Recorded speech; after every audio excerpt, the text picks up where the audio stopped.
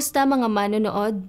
Maligayang pagdating sa ang mga katunayan ng mapaniil na pag-uusig ng CCP sa mga Kristiyano. Ako si Joylyn. Mula nang maluklok sa kapangyarihan, naglunsad ang CCP ng hindi mabilang na mga kilusang pampolitika upang siraan, baluktutin at alisan ng kredibilidad ang pananampalatayang panrelihiyon. Pinalabas nitong demonyo ang pananalig, sinusulsulan ang buong lipunan na maging mapanlaban sa relihiyon. Ang sunod-sunod na mga leader ng partido ay naglabas ng serye ng mga mapaniil na pulisiya upang alisin ang pananampalatayang panrelihiyon. Isinasailalim ito sa brutal na pag-uusig at pagsupil. Ang mahigit 70 taon ng pamumuno ng CCP ay nagdulot ng napakalaking pagkawasak sa mga kaisipan, moralidad at pananampalataya ng mga mamamayang Tsino. Hindi lamang ito nagdulot ng sakuna sa mga Kristiyano, kundi isinailalim din nito ang mga henerasyon ng mamamayang Tsino sa mga mapangwasak na kalamidad. Ngayon, ipagpapatuloy nating ilantad at taluntunin ang mga brutal na pulisiya at pamamaraan na ginagamit ng CCP para supilin at usigin ang pananampalatayang panrelihiyon at higit pang himayin para sa inyo ang reaksyonaryo laban sa sangkatauhan at buktot na diwa nito. Ikatlo, ang sinisisasyon ng relihiyon. Paggamit ng ideolohiya ng partido at ni Xi Jinping para puksain ang lahat ng relihiyosong pananampalataya. Noong 2015, iminungkahi ni Xi Jinping ang pulisiyang sinisisasyon ng relihiyon, nagpapataw ng pamamahalang ginawang politikal at kontrolado ng partido sa relihiyon upang tiyakin ang ganap na pagsunod nito sa pamumuno at kontrol ng partido. Noong unang bahagi ng 2018, inilabas ng Komite Sentral ng CCP ang plano para sa pagpapalalim ng reforma ng mga ahensya ng partido at estado. Isinasanib ang administrasyon ng estado para sa mga usaping panrelihiyon sa Departamento ng Gawain ng nagkakaisang prente ng Komite Sentral. Mula noon, ang departamentong responsable para sa mga usaping panrelihiyon ay inihiwalay sa Konseho ng Estado at direktang ipinasailalim sa Departamento ng Gawain ng nagkakaisang prente ng Komite Sentral ng CCP. Ginawa nitong politikal ang pamamahala sa relihiyon at inilagay ito sa ilalim ng direktang pamumuno ng partido. Noong Pebrero 2018, ipinatupad ng CCP ang binagong mga regulasyon sa mga usaping panrelihiyon. Pinalawak ng mga pagbabago ang bilang ng mga artikulo mula 48 hanggang 77 at mas binigyang diin ang komprehensibong pangangasiwa sa mga doktrinang panrelihiyon, nilalaman ng sermon at ideolohiya. Pinaiigting ng mga regulasyon ang reforma sa pag-iisip at kontrol sa katapatan na ipinapataw sa mga mananampalataya. Inilalagay ang mga grupong panrelihiyon sa isang mahigpit na pagkakasakal na umaabot hanggang sa kaliit-liitang detalye at pinagkakalooban ang mga lokal na pamahalaan ng napakalaking kapangyarihan para kontrolin ang relihiyon at arestuhin at usigin ang mga relihiyosong mananampalataya. Bukod pa rito, nagtalaga rin ang mga regulasyon ng serye ng tinatawag na mga bagong papel sa mga grupong panrelihiyon na inaatasan silang ipatupad ang mga pulisiya, batas at regulasyon ng CCP at isagawa ang gawaing itinataguyod ng CCP tulad ng pagtatayo ng ideolohiyang panrelihiyon.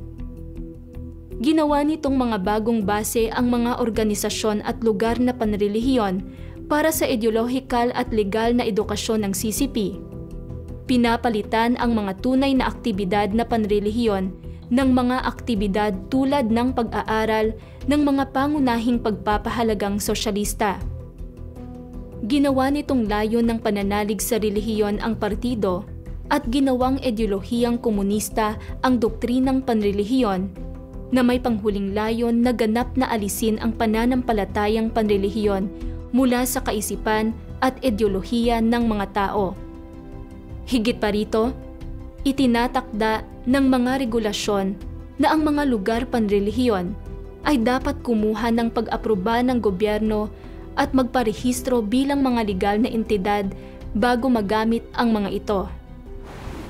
Gayunpaman, para sa maraming planado o kasalukuyang itinatayong lugar panrelihiyon na nakatugon sa mga kinakailangan bago inilabas ang mga regulasyon, isinantabi ng kawanihan ng mga usaping panrelihiyon ang kanilang mga aplikasyon. Nangangahulugan ito na maraming bagong lugar ang hindi mabuksan at hindi na magamit. Para naman sa mga kasalukuyang lugar panrelihiyon, iniaatas ng mga regulasyon na isama ang mga ito sa mga plano sa paggamit ng lupa at mga master plan para sa kalunsuran at kanayunan. Dahil dito, maraming kasalukuyang simbahan ang itinuring ng CCP bilang mga ilegal na istruktura dahil sa hindi pagsunod sa mga regulasyon sa pagpaplano at giniba. Ang proseso ng pag-aproba at pagpaparehistro ng CCP para sa mga lugar panrelihiyon ay hindi lamang napakahigpit, kundi umiira lang din sa pangalan. Sa panahon ng proseso, lumilikha sila ng mga hadlang sa bawat antas, sadyang gumagawa ng mga pagpapahirap at inaantala at isinasantabi ang mga aplikasyon ng walang takdang panahon. Simpleng tumatanggi silang ipatupad ang proseso, ganap na inilalantad ang malabagsik at walang batas na kalikasan ng CCP. Hindi kailanman inaaprubahan ang mga bagong lugar, habang patuloy na ginigiba ang mga luma.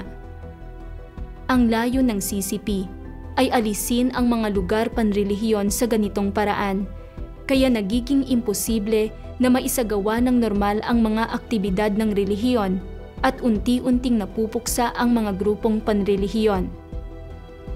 Kapansin-pansin na bagamat tila pinahihintulutan ng mga regulasyon ang mga grupong panrelihiyon na magparehistro, napakahigpit ng mga tuntunin, kaya imposibleng makapagparehistro ang mga grupo tulad ng mga house church. Bukod pa riyan, ang pagsusumite ng aplikasyon sa gobyerno ay may panganib na maaresto. Ginagamit ng CCP ang pagpaparehistro bilang pain para mahulog sa bitag ang mga house church. Kung hindi magpaparehistro ang isang house church, itinuturing itong illegal ng CCP, tinatarget para alisin at isinasailalim sa legal at lehitimong pagsupil at pag-uusig. Mula nang ilunsad ang pulisiyang sinisisasyon ng relihiyon, napakaraming lugar panrelihiyon sa buong China, kabilang ang mga lugar ng Protestante, Katoliko, Budista at Taoista, at maging ang ilang opisyal na kinikilalang Threes of Church ang isinara, ipinagbawal o giniba. Ang ilang simbahan ay ginamitan pa ng dinamita ng mga autoridad. Ayon sa international media tulad ng The New York Times Chinese Edition, noong Enero 2018, sa pagkukunwaring ginigiba ang mga ilegal na istruktura, gumamit ang pulisya ng CCP ng mabibigat na makinarya at mga pampasabog para ganap na wasakin ang Golden Lampstand Church ng Shanxi, isa sa pinakamalalaking simbahang ebanghelikal sa China. Ang simbahang ito, na may kongregasyong mahigit 50,000 Kristiyano, ay itinayo gamit ang halos $3 milyong na donasyon ng mga mananampalataya at nagsilbing isang lokal na palatandaan. Bukod sa pag-iba ng maraming lugar panrelihiyon tulad ng mga simbahan, naglunsad din ang CCP ng isang malawakang pambansang kampanya upang tanggalin ang mga krus. Ginagawa ang lahat para alisin ang mga simbolong panrelihiyon. Hindi mabilang na mga krus ng simbahan ang binaklas. Ayon sa VOA Chinese, sa lalawigan ng Henan pa lang, sapilitang tinanggal ang mga krus ng 7,000 simbahan noong 2018. Kasabay nito, nagsasagawa ang CCP ng isang sinisisasyon na puspusang pagbabago sa mga kasalukuyang lugar panrelihiyon, aktibidad at mga doktrina sa Biblia sa bigong pagtatangka nitong lipulin ang lahat ng relihiyon. Sa mga simbahang Three Self at Katoliko, ang 10 utos sa mga dingding ay pinalitan ng mga sipi mula kay Xi Jinping at ang mga larawan ni Jesus at ng Berhing Maria ay hinalinhan ng mga larawan ni Mao Zedong at Xi Jinping. Ang mga pastor, pari at iba pang klero ay inaatasan na isanib ang mga pangunahing pagpapahalagang sosyalista, ang Analects ni Confucius at ang mga pamantayan sa pagiging mabuting mag-aaral at anak sa mga banal na kasulatan sa kanilang mga sermon. Pinaghahalo-halo ang kaisipang Confucian ng China at kultura ng partido sa mga salita ng Biblia. Pangahaspangang binura at binago ng CCP ang mga sipi sa Biblia. Ayon sa isang ulat noong 2018 ng Italyanong magazine para sa karapatang pantao na Bitter Winter, ang 10 utos sa dingding ng isang Three Self Church sa Liaoning County, Henan ay naging 9 na lang. Ang una, "Ako si Jehovah, ang iyong Diyos. Huwag kang magkakaroon ng ibang mga Diyos sa harap ko," ay sapilitang binura. Noong panahong iyon, mariing tumutol ang leader ng simbahan at ang mga mananampalataya, nagsasabing, "Hindi ito katanggap-tanggap. Binabaluktot ninyo ang mga salita ng Diyos. Nilalabanan ninyo ang Panginoon." Isang opisyal mula sa sentral na pangkat ng inspeksyon sa relihiyon ang pabalang na sumagot. Tinututulan ni Xi Jinping ang utos na ito. Sino ang mangangahas na hindi makiisa? Sino mang hindi sasang-ayon ay kumukontra sa Estado. Binalaan din niya ang mga mananampalataya. Pambansang pulisiya ito. Unawain ninyo ang sitwasyon at huwag ninyong kalabanin ang Estado. Mga katulad na insidente ang naganap sa maraming lugar, kabilang na ang Xinjiang at Yanshi sa Henan. Bukod dito, ipinag-utos din ng kawanihan ng mga usaping panrelihiyon na alisin ang unang 4 na pinakamahalagang utos. Una, "Ako si Jehovah, ang iyong Diyos. Huwag kang magkakaroon ng ibang mga Diyos sa harap ko."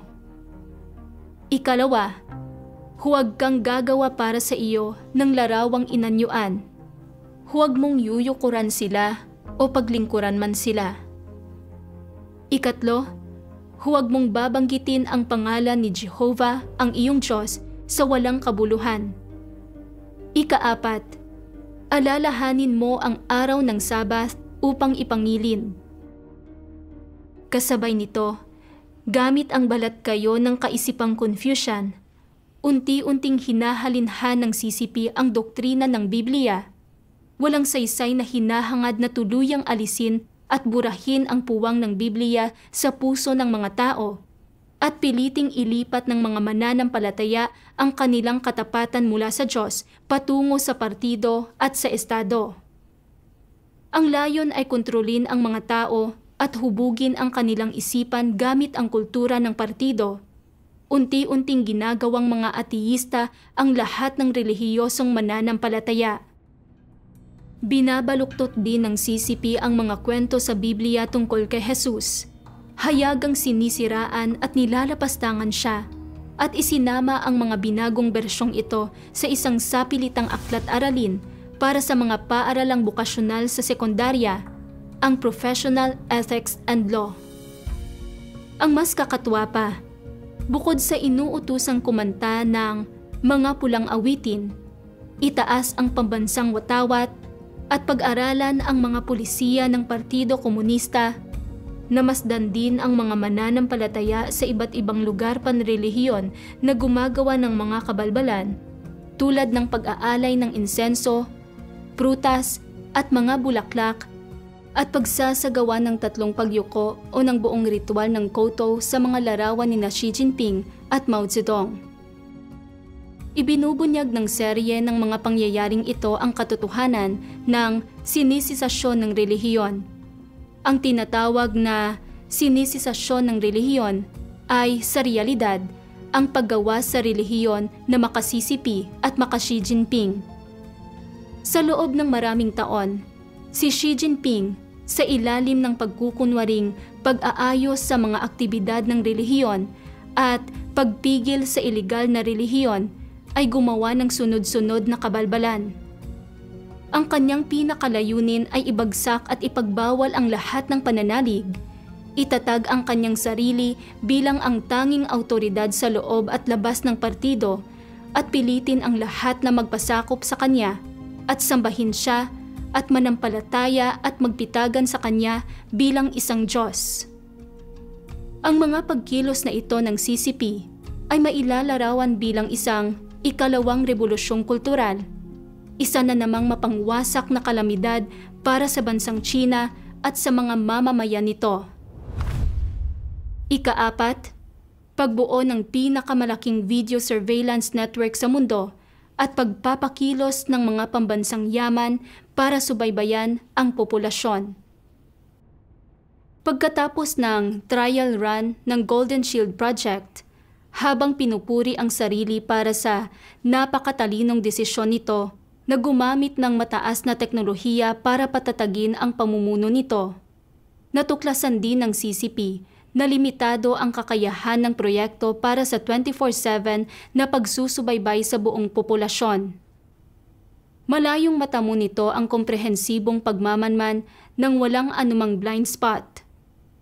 Upang mas mahigpit na mapanatili ang katatagan ng totalitaryong pamumuno nito at alisin ang mga sumasalungat, sinimulang itayo ng mga awtoridad ng CCP ang pinakamalaking sistema ng video surveillance sa mundo, ang Skynet Project.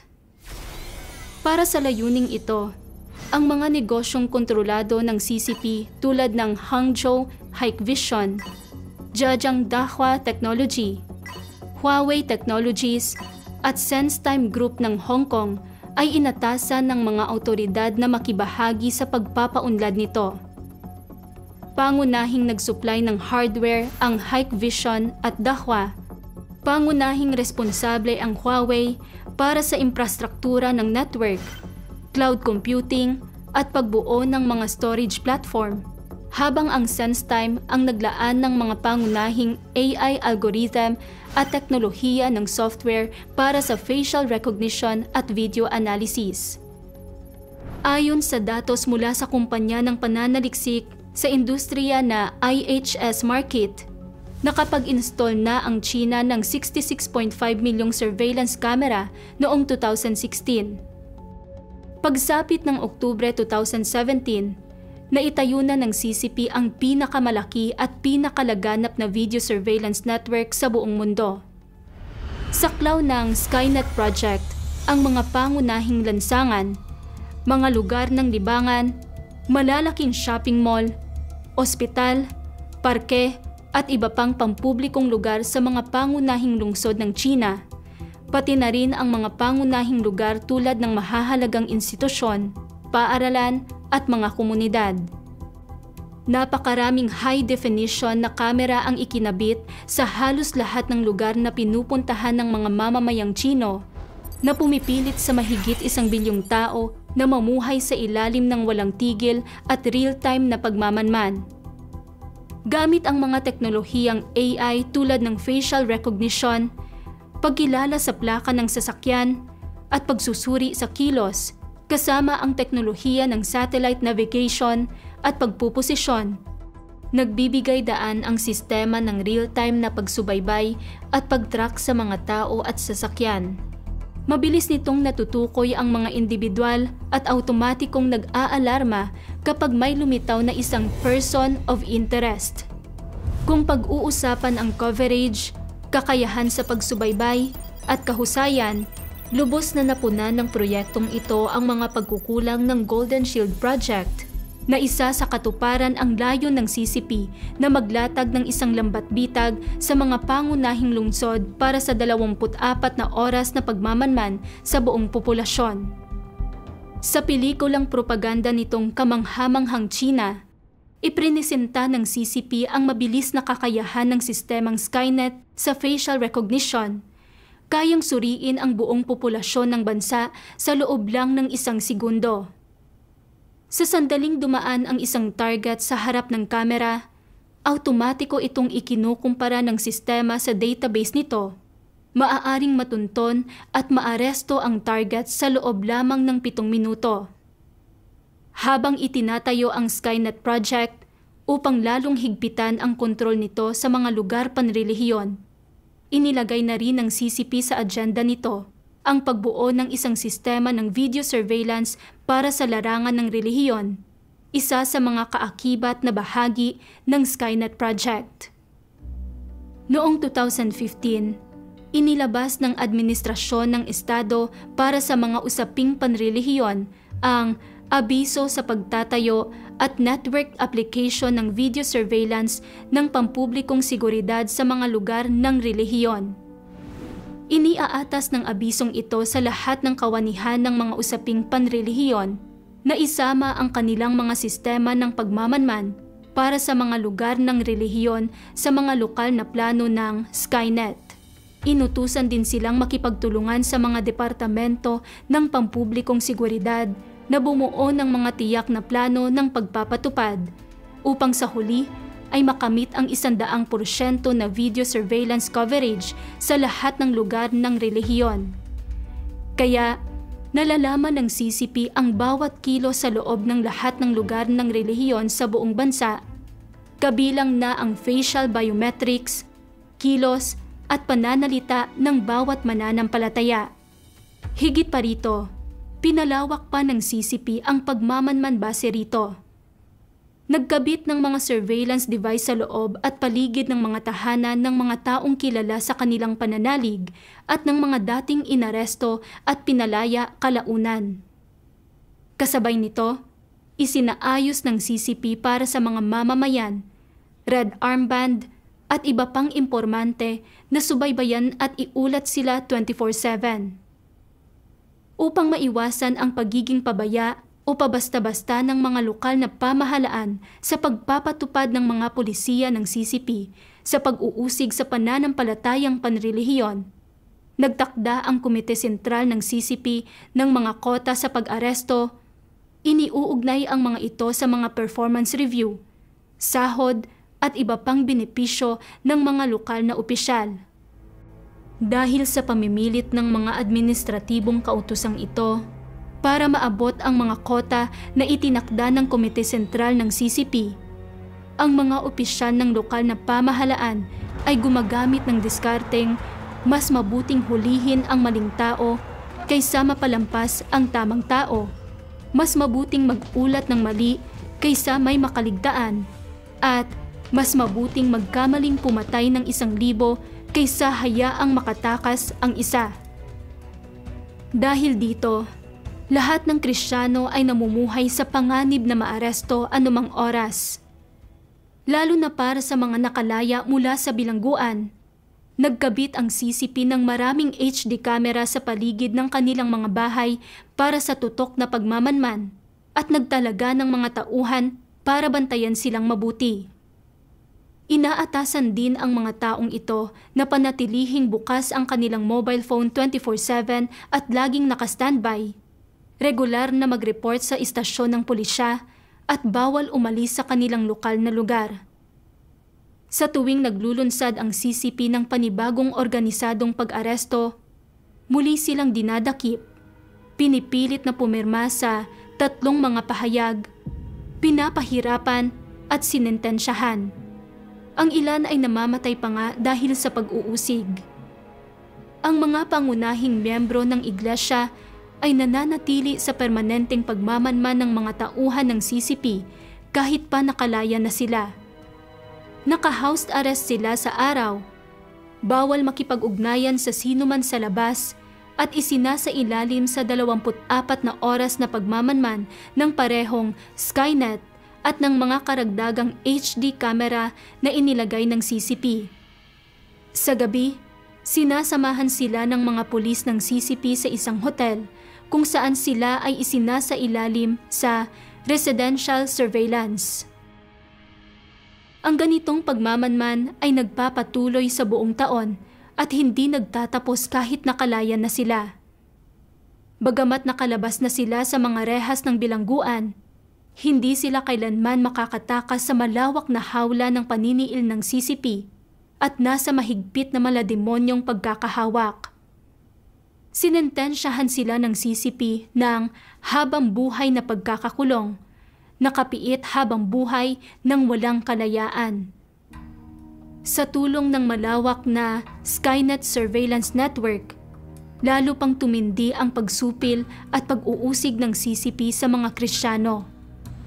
Ipinapakita ng mga datos na mahigit 1 milyong Kristiyano ang inusig noong 2018, 4.5 na beses na mas marami kaysa sa naitala noong 2017, isang paglobo ng mahigit 700,000 katao.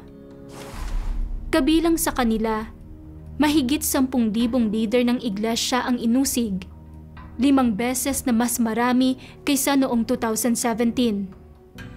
Bukod dito, ang mga abogado para sa karapatang pantao, mga sumasalungat, mga Tibetan, Uyghur, Muslim at iba pang grupo sa China ay humarap din sa walang kapantay na mga pag-aresto at pag-uusig bilang resulta ng pagmamanman ng Skynet. Sa prosesong ito, gumanap ang Skynet Project ng isang napakahalaga at kailangang-kailangan na papel. Ayon sa dokumentaryo ng CCP na kamanghamanghang China, humigit kumulang 200 bilyong RMB ang ipinuhunan sa Skynet system.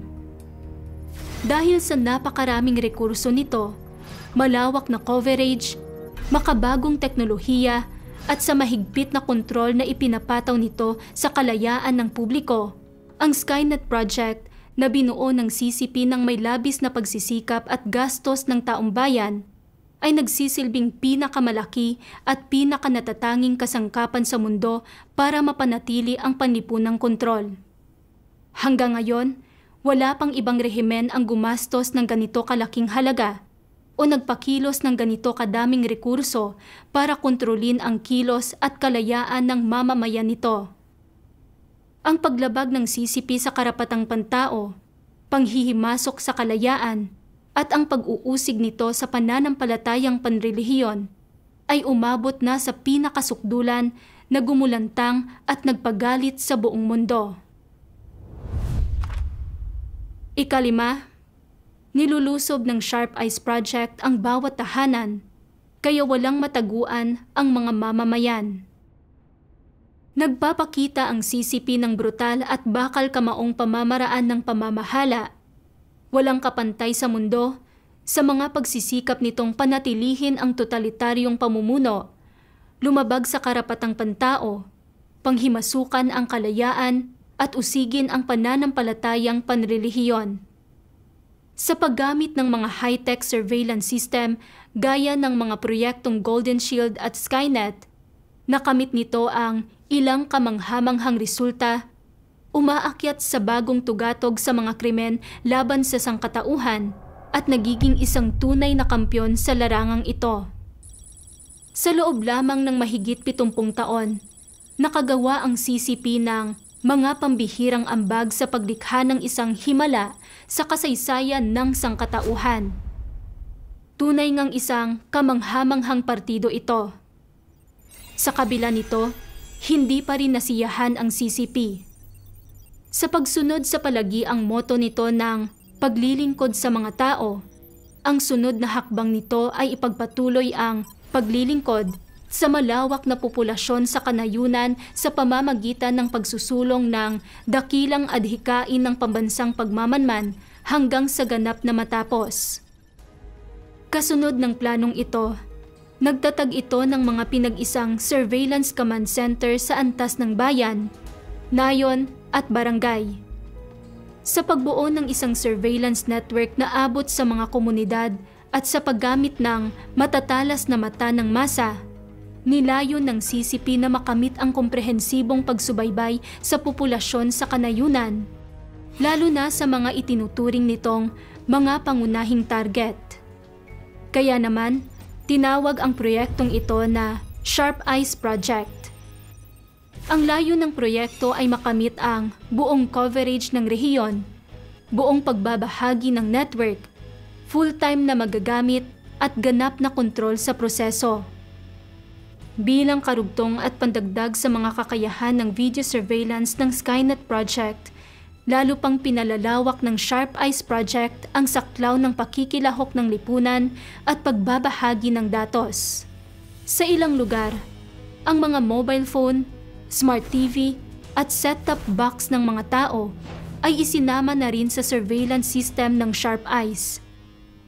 Ayon sa Guangdong Abel Technology, isa sa mga supplier para sa Sharp Eyes Project, kayang makamit ng kanilang sistema ang dayong mabantayan ang lahat, masubaybayan ang lahat ng dako at makatugon anumang oras. Iniulat ng The Los Angeles Times na noong may isang residente ng Anshi Village sa lalawigan ng Sichuan na nagsindi ng posporo sa isang maliit na tambak ng basura sa kanal, isang loudspeaker ang sumigaw ng kanyang pangalan at tirahan at inutusan siyang apulahin agad ang apoy. Napalundag siya sa gulat, dali-daling pinatay ang apoy at kumaripas ng takbo.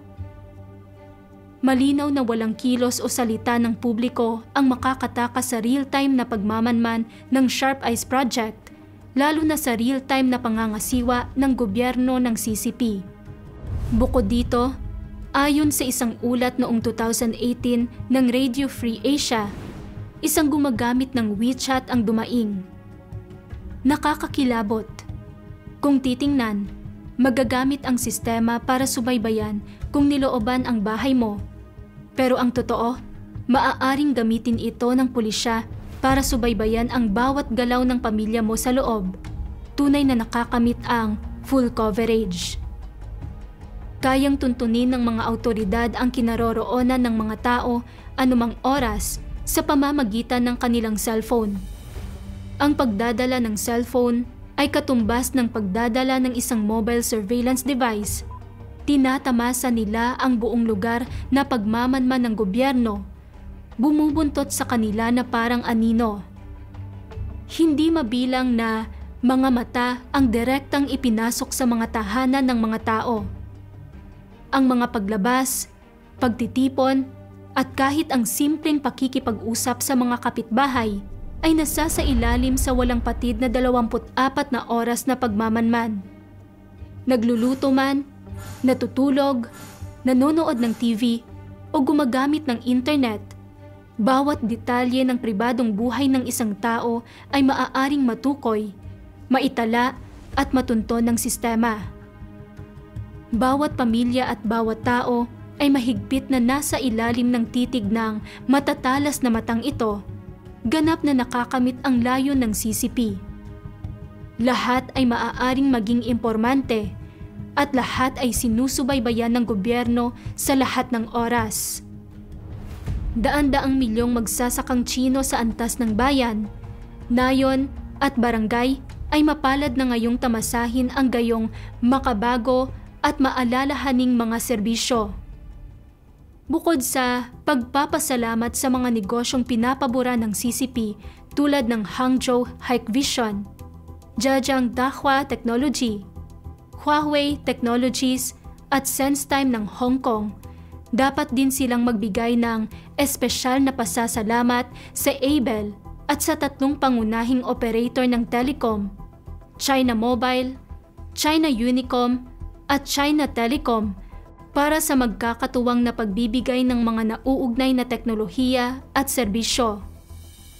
Tinulungan ng mga ito ang CCP na makamit ang 24/7, walang blind spot na real-time surveillance sa publiko na humahantong sa karagdagang pagkasira ng sitwasyon ng karapatang pantao sa China. Paparaming Kristiyano, iba pang relihiyosong mananampalataya, at mga sumasalungat ang inaaresto at inuusig ng CCP. Sa isang banda, ang mga aksyon ng mga tech company na ito ay katumbas ng pagtulong at pakikipagsabwatan sa isang maniniil. Tulad ng CCP, sila ay nakagawa ng malulubhang krimen laban sa karapatang pantao. Matapos ang opisyal na paglulunsad ng Sharp Eyes Project, ang mga administrador ng GRID, mga nagbubuluntaryo at pulis ng komunidad ang naging pangunahing puwersa ng seguridad sa komunidad. Ang kanilang pangunahing gampanin ay subaybayan at pamahalaan ang mga espesyal na populasyon at mga pangunahing grupo. Gamit ang mga high-tech na pamamaraan, ginagamit ng mga administrador ng GRID ang mga mobile app at surveillance system upang tuntunin at kumpirmahin ang pagkakakilanlan, tirahan at galaw ng mga target na individual. Patuloy na binabantayan ang kanilang mga aktibidad at tinitiyak na makamit ng Sharp Eyes Project ang full coverage at control. Sa pamamagitan ng Sharp Eyes Project, ipinapalabas din ng mga autoridad ang pampublikong surveillance footage ng direkta sa mga smart TV, mobile phone o set-top box ng mga taga-nayon at maging sa malalaking LED screen sa mga opisina ng komite ng nayon. Maaaring panoorin ng bawat taga-nayon ang surveillance footage ng mga pampublikong lugar sa kanilang nayon anumang oras.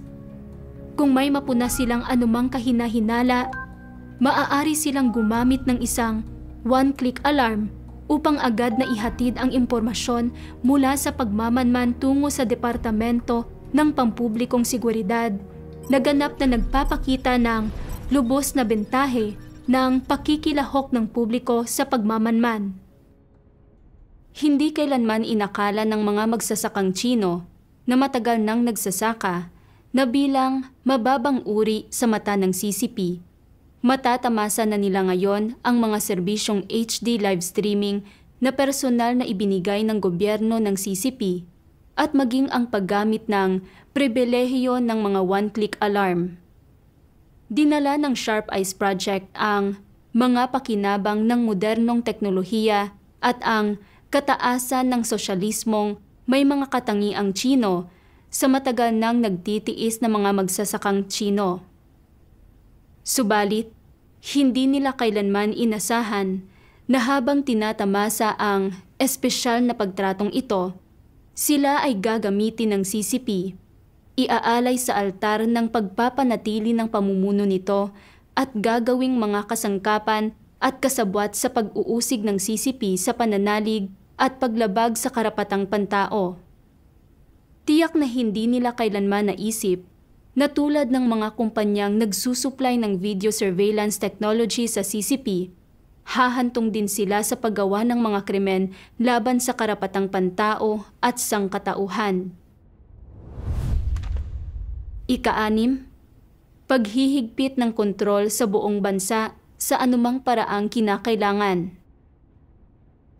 Matapos pakilusin ang Sharp Eyes Project at ang Skynet Project, patuloy na dinaragdagan ng CCP ang pamumuhunan at tauhan sa mga proyektong ito.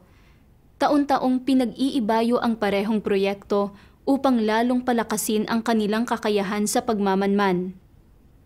Nakagawa sila ng malalaking kontribusyon sa pag-aresto ng CCP sa mga Kristiyano at mga sumasalungat.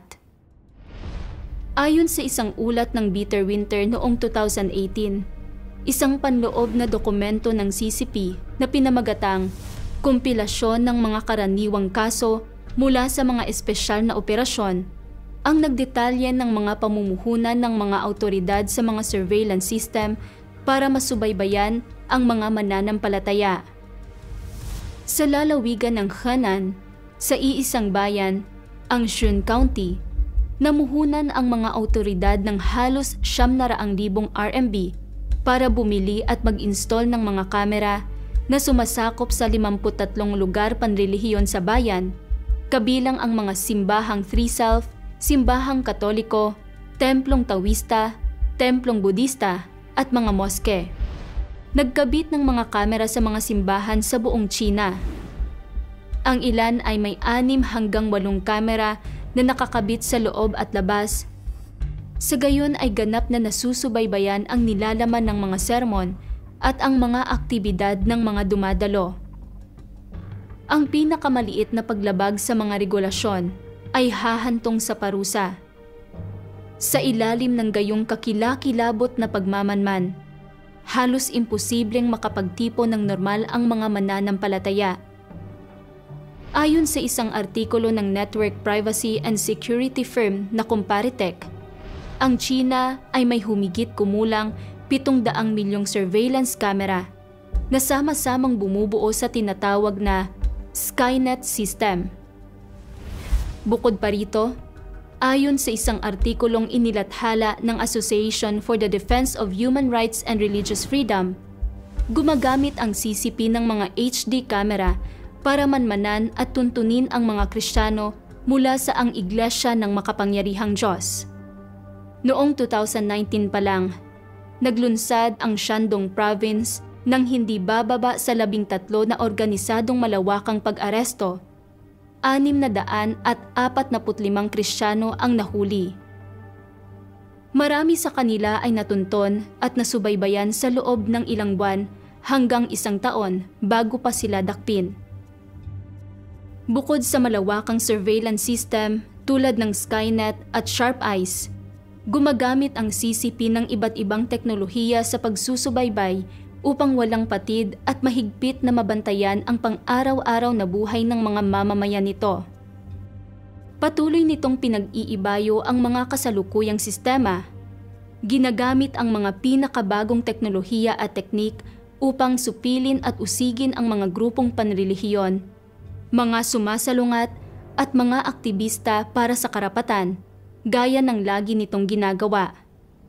Halimbawa, nagmamanman ito sa pamamagitan ng mga social media platform tulad ng WeChat, Tencent QQ, Xiaohongshu, Douyin at Kuaishou, pati na rin sa mga paraan tulad ng voice print recognition.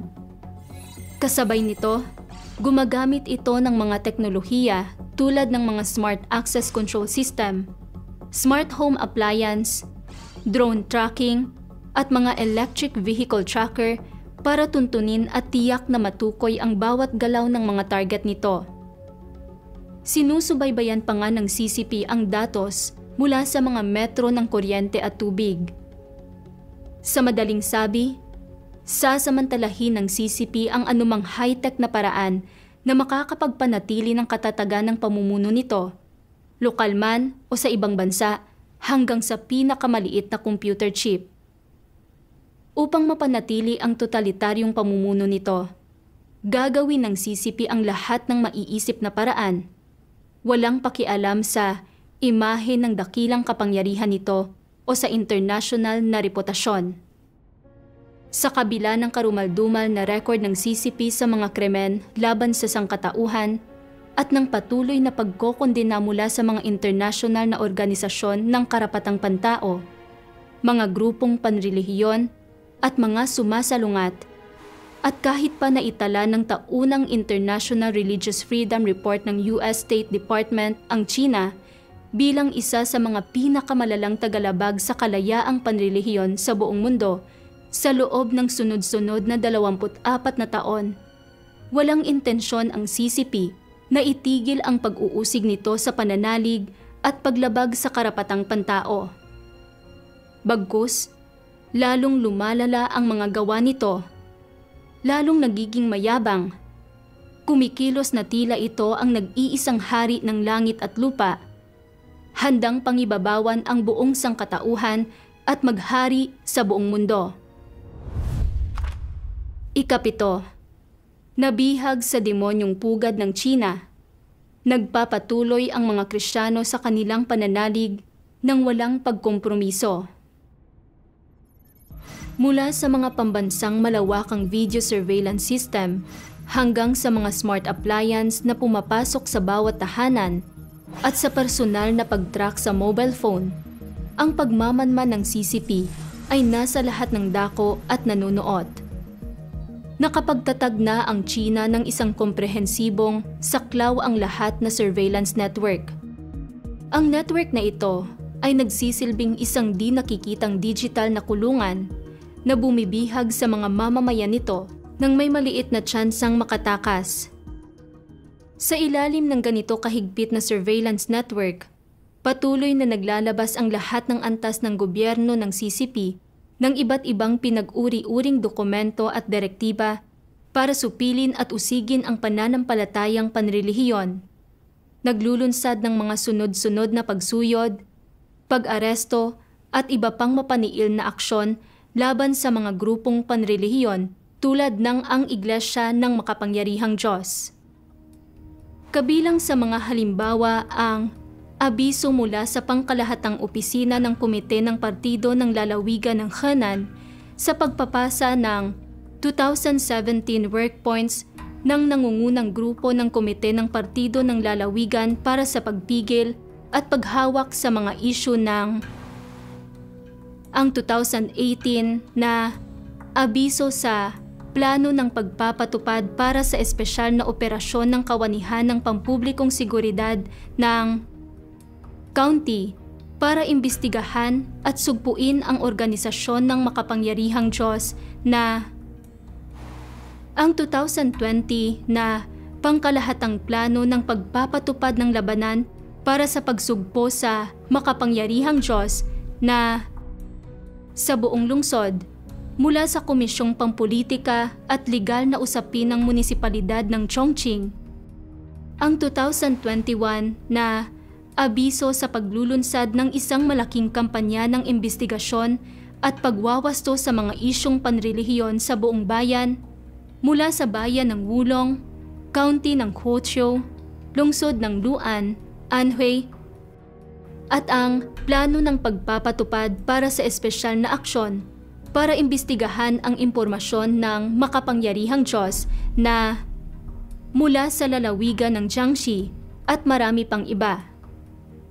Higit sa lahat, noong Agosto 2023, para makamit ang ganap na pagbuksa at pagligpit sa ang Iglesia ng Makapangyarihang Diyos, naglabas ang CCP Central Political and Legal Affairs Commission ng isang dokumento na pinamagatang Pangkalahatang Plano ng Gawain para sa higit na pagpapalalim ng pagsugpo sa organisasyon ng Makapangyarihang Diyos na nanawagan ang dokumentong ito para sa isang bagong 3 taong opensiba simula sa 2024. Bukod sa pagdidiin sa pagwasak sa domestikong sistema ng organisasyon, inatasan din ito ang Ministeryo ng Seguridad ng Estado at ang Ministeryo ng Pampublikong Seguridad na sugpuin at buwagin ang Iglesia ng Makapangyarihang Diyos sa ibang bansa. Nabihag sa demonyong pugad ng totalitaryong pamumuno ng CCP, napakaraming Kristiyano mula sa ang Iglesia ng Makapangyarihang Diyos ang inaresto at isinailalim sa brutal na pagpapahirap na ang ilan ay nabaldado o napaslang. Ayon sa mga taunang ulat tungkol sa pag-uusig ng gobyerno ng CCP sa ang Iglesia ng Makapangyarihang Diyos mula 2017 hanggang 2024, batay sa mga di kumpletong estadistika, 175,544 na individual ang direktang inusig mula 2017 hanggang 2022 pa lang. Mula 2017 hanggang 2024, 80,795 katao ang dinakip, 35,131 ang isinailalim sa torture o marahas na brainwashing, 10,743 ang nasentensyahan at 187 ang namatay dahil sa pag-uusig. Mula 2017 hanggang 2022, hindi bababa sa 1.482 bilyong RMB na halaga ng mga ari-arian, katumbas ng humigit kumulang 208 milyong USD ang iligal na kinumpiska. Ipinapakita ng datos sa pag-uusig ng CCP sa ang Iglesia ng Makapangyarihang Diyos nitong mga huling taon, ang taon-taong pagtindi nito. Lalo itong naging talamak mula nang maupo sa kapangyarihan si Xi Jinping, kung saan ginamit pa ng CCP ang buktot na slogan na uurong lamang ang puwersa kapag natapos na ang pagpuksa.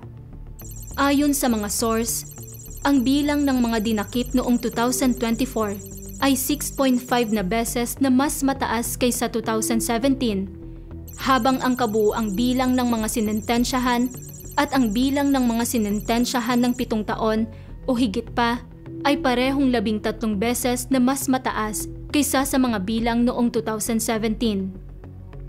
Mula nang itatag ang Iglesia ng Makapangyarihang Diyos, hindi bababa sa 307 Kristiyano ang napatay dahil sa pag-uusig. Bukod dito, anumang malaking kapistahan o espesyal na anibersaryo sa China, tulad ng Bagong Taon, Pista ng Tagsibol at Pambansang Araw, mga sensitibong petsyang pampulitika tulad ng 2 sessions ng CCP, mga parada ng militar, mga kongreso ng partido at Hunyo 4, o maging ang mga espesyal na okasyon tulad ng mga memorial service o paglalakbay ng mga leader ng CCP, ay itinuturing lahat ng CCP bilang mga maswerteng araw para ipagmalaki ang kapangyarihan nito. Sa mga araw na ito, naglalabas ng mga lihim na utos ang mga ahensya ng pagpapatupad ng batas ng CCP sa lahat ng antas at nagsasagawa ng pambansang organisadong malawakang kampanya ng pag-aresto. Dahil dito, ang mga petsyang ito ay naging mga araw ng paglikas at mga araw ng pagdurusa para sa mga Kristiyano. Taon-taong nakikibaka ang mga Kristiyano na patuloy na mabuhay sa ganitong nakakakilabot at mapanggipit na kapaligiran. Walang humpay ang mga pag-aresto ng CCP sa mga Kristiyano na nagpapatuloy sa buong taon ng walang pahinga. May mga malawakang pag-aresto sa mga espesyal na araw at maliliit sa mga karaniwang araw. May mga pag-aresto tuwing may utos at nagpapatuloy kahit wala. May mga pag-aresto araw-araw, buwan-buwan at taon-taon, isang kagawian na nagpapatuloy sa loob ng ilang dekada. Ang mga pulis ng CCP ay laging nakahandang sugpuin ang pananampalatayang panrelihiyon, handang ipadala anumang sandali para sa agarang pag-aresto. Mula nang maluklok sa kapangyarihan, hindi kailanman natigil ang pagsupil at pag-uusig ng CCP sa pananampalatayang panrelihiyon.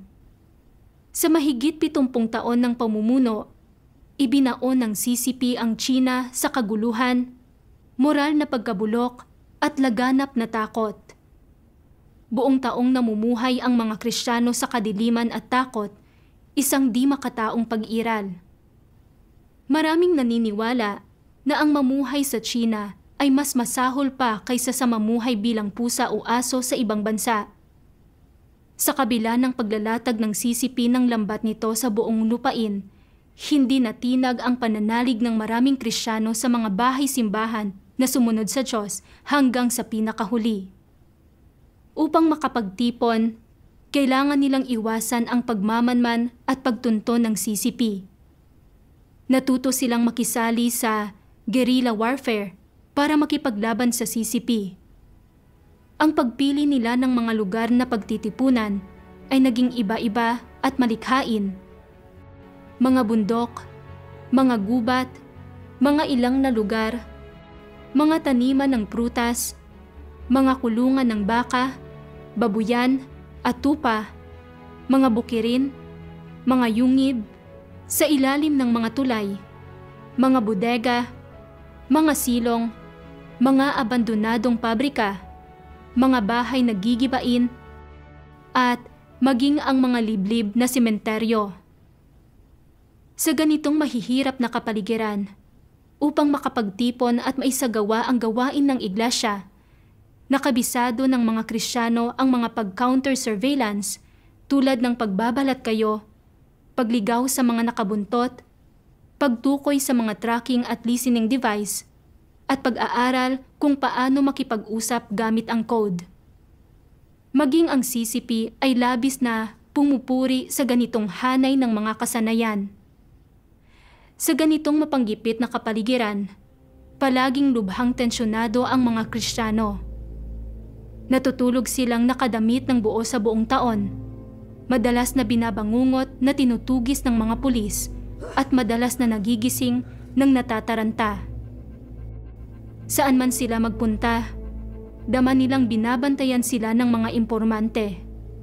Sila ay sobrang sensitibo at takot sa mga uniforme ng pulis, sirena at sasakyan ng pulis, at labis na nag-iingat at natatakot sa sino mang estranghero. Maging sa sarili nilang mga tahanan, kailangan nilang manatiling sobrang alerto dahil lubos silang walang maramdamang seguridad. Ilang Kristiyano ang hindi na nakauwi, ginugugol ang buong buhay nila nang naglilibot-libot at palipat-lipat. Ilan na bang pamilyang Kristiyano at mga mahal sa buhay ang pinaghiwa-hiwalay? Ganoon pa man, patuloy pa rin nilang hinaharap ang banta ng pagdakip, pagpapahirap o maging kamatayan sa mga kamay ng CCP. Isa lamang itong maliit na larawan ng buhay ng 10-10 milyong Kristiyano sa ilalim ng paniniil ng CCP. Ito ang pinagtiisan ng mga Kristiyano sa nakaraan at pinagtitiisan nila ngayon. Sa hinaharap, patuloy pa rin silang mahaharap sa paniniil ng CCP at mamumuhay sa ganito kadilim na lipunan. Ang kanilang mga katawan at kaluluwa ay dumaranas ng di makataong pagpapahirap ng CCP. Tinitiis nila ang di mawaring pasakit at pagdurusa at pinapasan ang diskriminasyon, pagpapahiya, pang-aabuso at mga pandudumog ng kanilang mga pamilya at ng lipunan. Nahaharap pa nga sila sa kamatayan sa mga kamay ng CCP. Marahil, isang araw ay babawian sila ng buhay dahil sa pag-uusig ng CCP. Marahil, hindi na nila maaabutan ang araw ng pagbagsak ng CCP. Marahil, hindi na nila masasaksihan ang araw na ang Diyos ay hayagang magpapakita sa lahat ng bansa at mga tao. Ngunit wala silang anumang pagsisisi. Mahigpit pa rin silang nananangan sa kanilang pananalig at nagpapatuloy sa pagpapakalat ng Ebanghelyo ng Diyos. Ginagamit ang kanilang kabataan, dugo, mga luha at buhay para patotohanan ang kapangyarihan ng mga salita ng Diyos at ang kapangyarihan ng kanyang gawain. Hindi matatakpan ng kadiliman ang liwanag at hindi mawawasak ng kalupitan ang pananalig.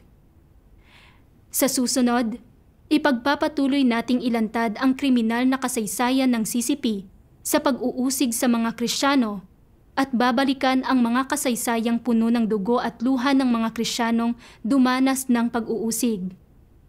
Iyan lamang para sa programa ngayong araw. Salamat sa panonood ng episode na ito. Manatiling nakatutok sa Ang Bagong Kapanahunan at manatiling nakatutok sa ang mga katunayan ng mapaniil na pag-uusig ng CCP sa mga Kristiyano. Hanggang sa muli.